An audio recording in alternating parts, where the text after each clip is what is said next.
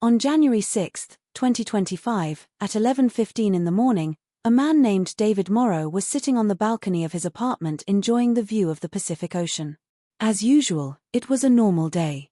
Meanwhile, about 5 miles away from his apartment, the hills of the Pacific Ocean were visible. But he sees a fire with glowing sparks. Within just an hour, the fire got so big that the smoke completely hid the mountain. If seen in the satellite view, this fire was first reported in the mountains of Palisades, but after a few hours it spread to Eaton, Hurst, Kenneth, Getty, Scarborough. And it spread to the area of San Fernando. At the time when this fire broke out, our winds were blowing at 100 kilometers, whose direction was from inland towards the ocean. Now the question arises, if the fire first broke out in the Palisades, which is very close to the ocean, then how did the fire spread from there to a distance of 30 to 40 kilometers in the opposite direction of the wind? In the video of Jam T, once again Khushmadid Nazarene, this fire, a total area of 38,000 acres or 150 square kilometers, has been destroyed. More than 12,000 buildings and houses have been destroyed and 180,000 people have left their homes. This is the most devastating fire in the history of Los Angeles. Even during the production of this video, the fire could not be extinguished completely. Every possible effort to extinguish the fire seems to have failed. Water bombers, 45,000 liters of water is being thrown at a time, which appears to be just a few drops in front of this fire. Special chemicals are also being thrown with the help of water bombers, but all the hard work seems to be in vain in front of nature. California is already short of water, due to which the fire hydrants were often lying empty. Due to the spread in 7 different areas, the firefighters and their equipment also got divided, and the winds are at 70 to 100 kilometers from above. When it fell on the fire, it started flaring even more. Before knowing the real reason behind the spread of Los Angeles wildfire, let us see how many times wildfires have attacked California before.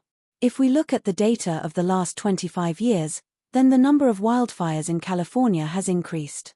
In 2003, the Cedar Fire attacked 273,000 acres in San Diego County. The fire, which started on October 25, died out on November 4, 2003. In 2017, the Tubers Fire burned 36,000 acres, and this also occurred in the month of October. Again in 2017, the Thomas Fire burned 280,000 acres. This fire started in December and ended in January. On November 8, 2018, the Camp Fire burned 5 lakh acres and ended after 17 days on November 25. Similarly, in 2020, Glass Fire attacked 67,000 acres, and this also started in September and ended after a whole month in October. If we look at the dates of all these wildfires, then one thing is very common among them: winters. That is, these wildfires have taken place in the winter months only, and now the Los Angeles wildfire is also there. If the peak occurred only in winters, then what is the reason that in the history of California, most of the wildfires have occurred only in winters? The answer to this question is hidden in a phenomenon which is called Santa Ana winds. Yes, Santa Ana winds are hot and dry winds that blow in Southern California and Baja California, especially during autumn and winter. If seen on Earth, there is only a desert far to the east of California, which is also called Mojave Desert or Great Basin. The heat of the sun heats the desert, due to which the air pressure here starts increasing. On the other hand, if we talk about the ocean, the air here is cold and the pressure is low. We had learned this in the 6th grade. That the air travels from high pressure to low pressure. The greater the difference in pressure, the faster the air will travel, and something similar happens here too. Santa Ana winds from southeast California move rapidly towards the ocean. This dry, and wherever the hot winds pass through, they suck out the moisture, due to which the entire region becomes dry in this season. The bushes and trees become completely dry and become capable of catching fire very easily. Santa Ana while winds turn the entire forest into fuel for wildfire. If a fire ever starts by mistake, then the strong winds inflame the fire even more. The burning coals spread rapidly, and in the blink of an eye the wildfire goes out of control.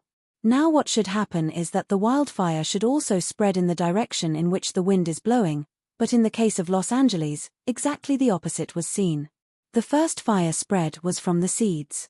To understand the real reason why this is so, we have to understand an interesting phenomenon which is called the mountain wave rotor. The side of the mountain on which the wind directly hits.